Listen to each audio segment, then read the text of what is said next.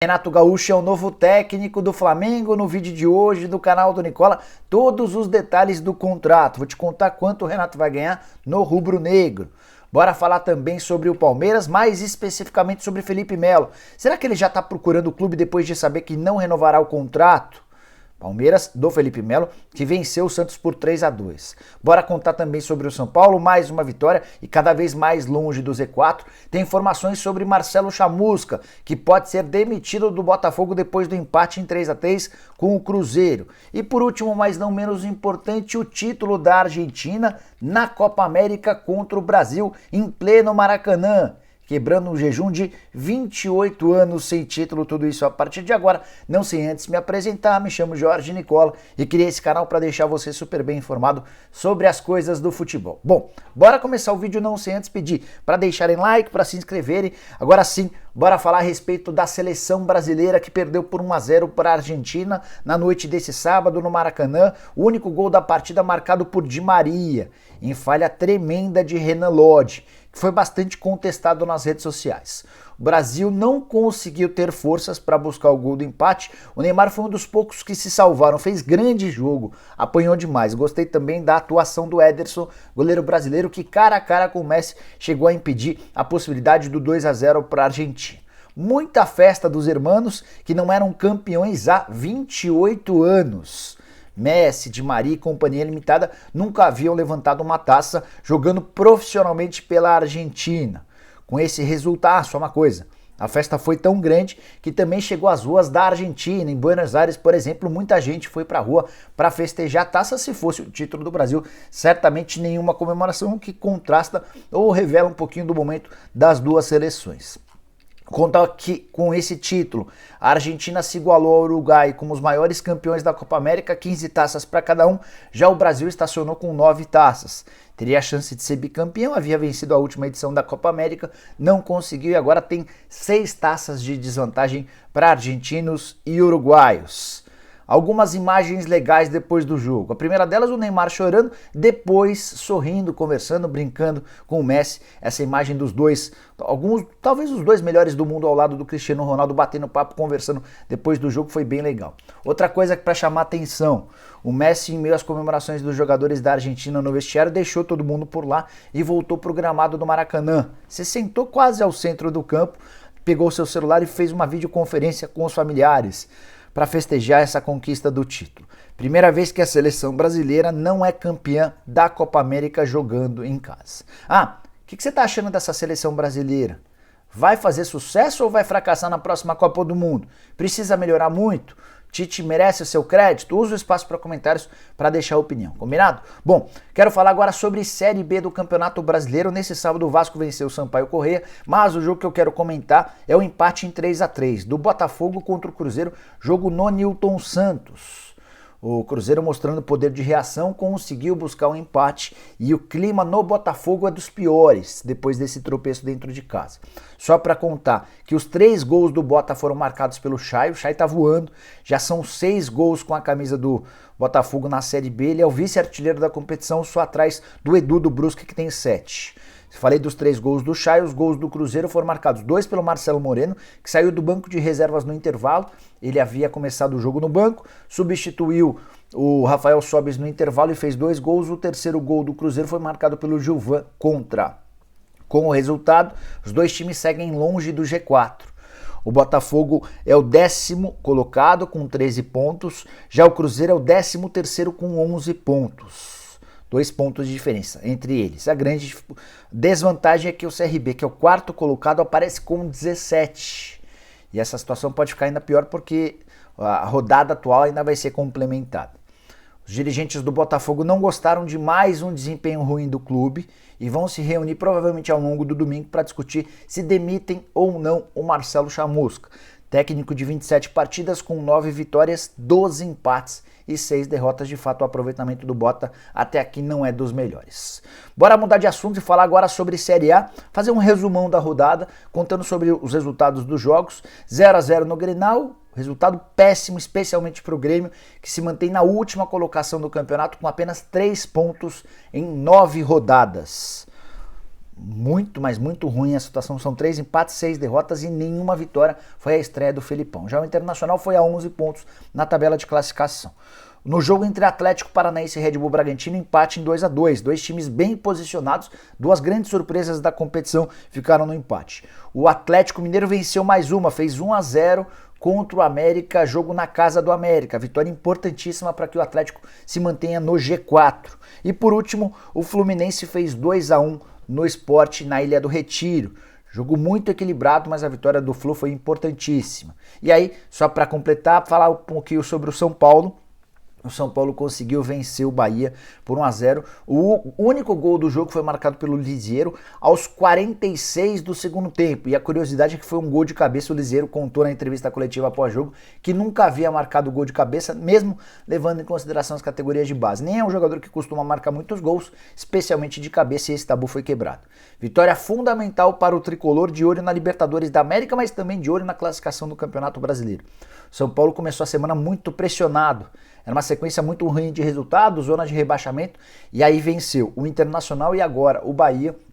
Com esses 6 pontos alcançou 11, na tabela de classificação já é o 14º colocado. E ganha um pouquinho mais de respiro no Campeonato Brasileiro e também na Libertadores, volta a campo na terça-feira contra o Racing, partida de ida das oitavas de final da Libertadores, jogo marcado pro Morumbi. Partida de volta na Argentina. Queria saber de você, torcedor do São Paulo, você tá um pouquinho mais animado? Você acha que o São Paulo passa? Usa o espaço para comentários, tá bom? Só antes de arrematar sobre o assunto, o Bahia segue no G6, apesar da derrota com 17 pontos, mas já colecionou sua terceira derrota nos últimos 5 jogos. E o Pablo, para desespero do torcedor são paulino, não poderá mais mudar de clube. Entrou em campo, fez seu 7º jogo no Campeonato Nacional e só vai deixar o São Paulo se for para jogar em algum time do exterior. O Grêmio, o Internacional, entre outros, haviam sondado o São Paulo sobre a possibilidade de contratá-lo. Não será no ano de 2021, beleza? Bora falar agora sobre o Palmeiras, que venceu mais uma. 5ª vitória seguida, 3-2 em cima do Santos, jogo no Allianz Parque. Jogo bem animado, com alternativas, com chances de gol, com pênaltis, mas o Palmeiras conseguiu mais uma vitória importantíssima de um time consistente e líder do Campeonato Brasileiro. Abriu 2 pontos de vantagem, inclusive, em relação ao Red Bull Bragantino. Esse jogo também marcou a reestreia do Dudu, que começou como reserva e entrou no decorrer da partida durante o segundo tempo.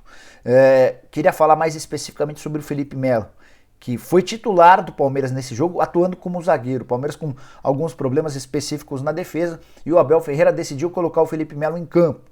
Felipe que foi avisado durante a semana, avisado não, ele já sabia que não teria seu contrato renovado, mas deu uma trucada na via imprensa dizendo que o Palmeiras havia prometido uma resposta em 15 dias, que já haviam passado 2 meses e nada dessa resposta. O presidente Maurício Gagliotti veio a público para afirmar que o Felipe Melo já sabe que não terá seu contrato renovado, pelo menos enquanto ele for o presidente. E a grande pergunta que ficou junto ao torcedor do Palmeiras é: como é que o Felipe Melo reagiu a isso? Ele já pode estar buscando novos clubes ou clubes interessados na contratação? Felipe Melo já havia sido, nos últimos meses, especulado em 2 clubes. 3 para ser mais específico, no Boca Juniors, no Flamengo e no Corinthians. Um dirigente muito importante do Corinthians me contou, várias semanas atrás, que o Corinthians monitorava a situação do Felipe Melo e do William Bigode. O Bigode já renovou o contrato, está descartado. Se o Felipe Melo ficar livre, certamente receberá uma proposta do Corinthians. O Flamengo é uma relação de amor, ele já se declarou flamenguista nos tempos de criança, e o Boca Juniors, o Felipe Melo sempre que pode dar uma cavadinha com a intenção de jogar por lá. Outro nome que surgiu recentemente, esse é bem atual, é do Atlético Paranaense, que gosta de jogadores veteranos, bastante experientes, líderes, poderia pintar alguma negociação. Tudo isso só para 2022, pessoal. Felipe Melo já estourou o limite de jogos, não terá seu contrato rescindido de forma antecipada. A informação que eu consegui colher é de que o Felipe Melo ainda tem a esperança de ficar no Palmeiras para a próxima temporada.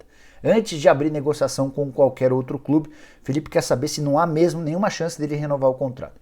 E a esperança do Felipe se baseia na Leila Pereira, que é a candidata à presidência pela situação. Ela deve assumir no finalzinho do contrato do Felipe Melo. Na teoria, a posse do novo presidente vai se dar no dia 5 de dezembro. E o contrato do Felipe só termina em 31 de dezembro. Então ele quer aproveitar esses 26 dias para que com um novo presidente tenha a oportunidade de pelo menos estender o contrato por mais um ano. Então, a informação que eu tenho é de que o Felipe vai adiar negociações com outros interessados. Beleza? Você gosta do Felipe Melo? Caberia no seu time do coração? Também estou curioso para saber sua opinião. Use o espaço para comentários para dizer. Combinado? Bom, fechar o vídeo falando sobre Renato Gaúcho, negociação rápida, hein? Renato Gaúcho foi anunciado como novo técnico do Flamengo na noite desse sábado. Horas depois de eu contar para vocês que já havia uma primeira proposta na mesa.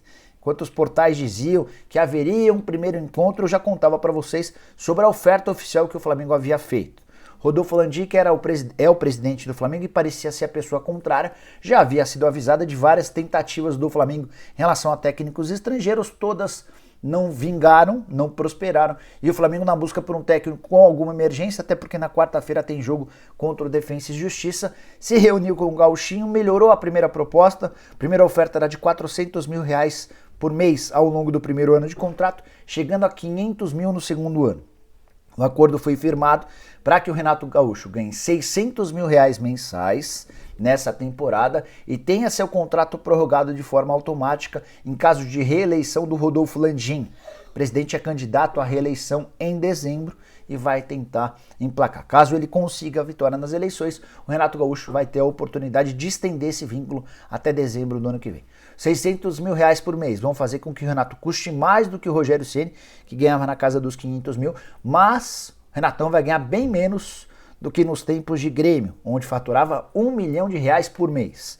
O Renato também só teve aceito um auxiliar técnico, ele ainda tentou emplacar o preparador de goleiros, não conseguiu. O Alexandre Mendes será o seu companheiro na comissão técnica fixa do Rubro Negro. Mais uma vez a filha do Renato Gaúcho, a Carol Portaluppi, aproveitando, pegando carona nas coisas do pai. Aconteceu, vocês vão lembrar, na especulação do Corinthians, ela até brincou com o torcedor corintiano, disse que se ganhasse 200 mil seguidores contaria um segredo, acabou que não rolou. Dessa vez, logo depois do anúncio da confirmação de que o pai é o novo técnico do Fla, ela também usou as suas redes sociais para dizer que vai torcer junto com a nação, com uma foto provocativa, faz parte. Essa nova modalidade dos familiares tentando aglutinar e pegar um pouquinho da popularidade dos seus famosos familiares. Ah, uma coisa curiosa. Renato Gaúcho havia sido procurado por Corinthians e por Santos recentemente. Alegou problemas familiares que o impediriam de voltar ao futebol tão breve. Apareceu o Flamengo e os problemas familiares acabaram. Era porque ele tinha a expectativa de trabalhar no Flamengo, ele nunca escondeu ser rubro-negro e era o sonho da vida dele. E aí, para fechar de vez, uma última observação curiosa. Renato Gaúcho havia sido escolhido dessa atual diretoria assim que ela tomou posse. O primeiro técnico dessa diretoria teria sido o Renato Gaúcho. Havia inclusive um acordo verbal ainda durante a eleição, antes mesmo de o Rodolfo Landim ser eleito. Acontece que depois que o Landim venceu a eleição, procuraram o Renato e ele preferiu continuar no Grêmio. Alguns dirigentes do Flamengo ficaram irritados com essa decisão ou com essa situação e acabaram contratando o Abel Braga, que não deu certo. Teve até gente dentro da diretoria do Flamengo se rebelando contra a volta do Renato, mas diante da escassez de técnicos tudo foi resolvido. E a vingança, depois do não que o Renato deu, aconteceu em 2019 com aquele 5-0 do Flamengo contra o Grêmio na Libertadores da América, quando o tricolor gaúcho era comandado pelo quando o Flamengo era comandado pelo JJ. Bom, pessoal, eram todas essas as informações que eu queria dividir com vocês na manhã desse domingo. Ótimo domingo para todo mundo. A gente se encontra, tá bom? Abraço, tchau, tchau.